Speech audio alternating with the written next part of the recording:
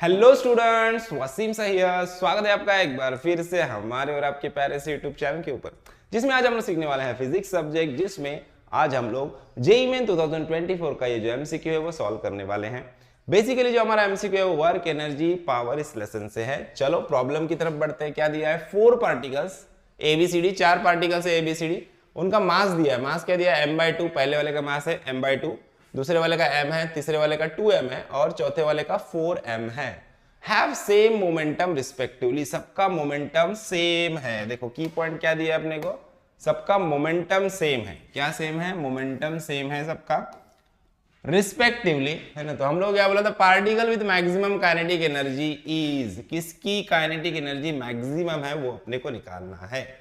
अब अपने को यहाँ पे क्या दिया है? मोमेंटम और काइनेटिक एनर्जी का रिलेशन अपने को पता करना है। सबसे पहले काइनेटिक एनर्जी और मोमेंटम का रिलेशन पता करना है। ऑलरेडी रिलेशन है, फॉर्मूला डिराइव्ड है। अगर आपको नहीं पता होगा तो मैं करके बताता हूँ। देखो काइनेटिक एनर्जी और मोमेंटम, बेसिकली लीनियर मोमेंटम की बात कर रहे हैं हम लोग। लीनियर मोमेंटम क्या होता है? Mass into velocity. और काइनेटिक एनर्जी क्या होती है? काइनेटिक एनर्जी होती है half into m into v square, है ना।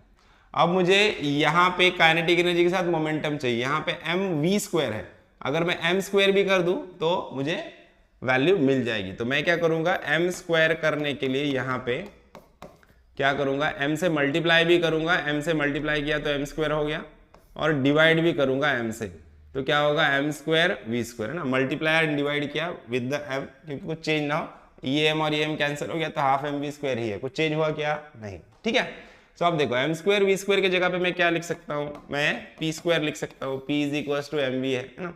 सो मैं कैसे लिखूंगा? Half m square v square के जगह पे मैं क्या लिखूंगा? p स्क्वायर बाय m, है ना। या फिर सिंपल ऐसे आता है कि p स्क्वायर बाय 2m, है ना। सो काइनेटिक एनर्जी और लीनियर मोमेंटम का जो रिलेशन होता है वो इस तरह से होता है। Kinetic energy is equal to क्या होता है? p स्क्वायर बाय 2m, ठीक है।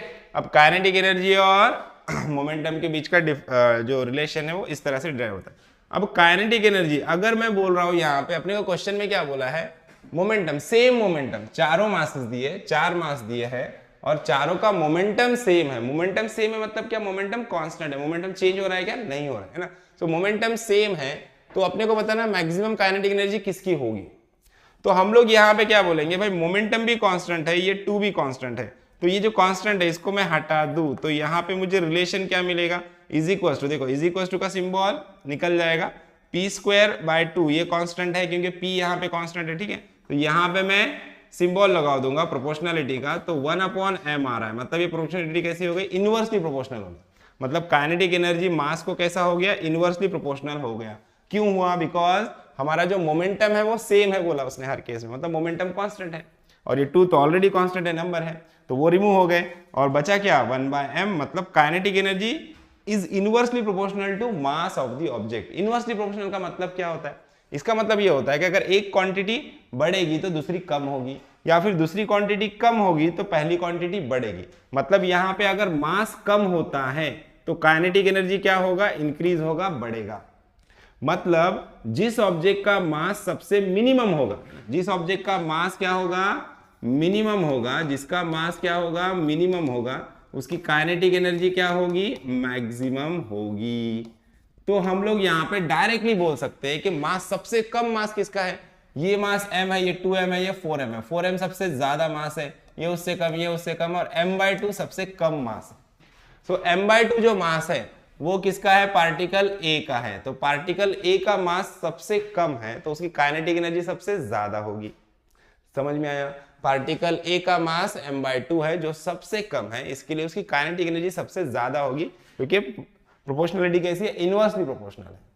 समझ में आया? तो पार्टिकल A कहां पे? अपना ऑप्शन B है, पार्टिकल A वाला ऑप्शन B, यही हमारा करेक्ट आंसर है। समझ में आया? आई होप आपको प्रॉब्लम अच्छे से समझ में आया है। वीडियो अच्छा लगा तो वीडियो को लाइक कीजिए, ज्यादा अपने दोस्तों के साथ शेयर कीजिए और चैनल को सब्सक्राइब करना ना भूलिए। तो मिलते हैं नेक्स्ट वीडियो में नेक्स्ट प्रॉब्लम के साथ, तब तक के लिए थैंक यू, बाय बाय।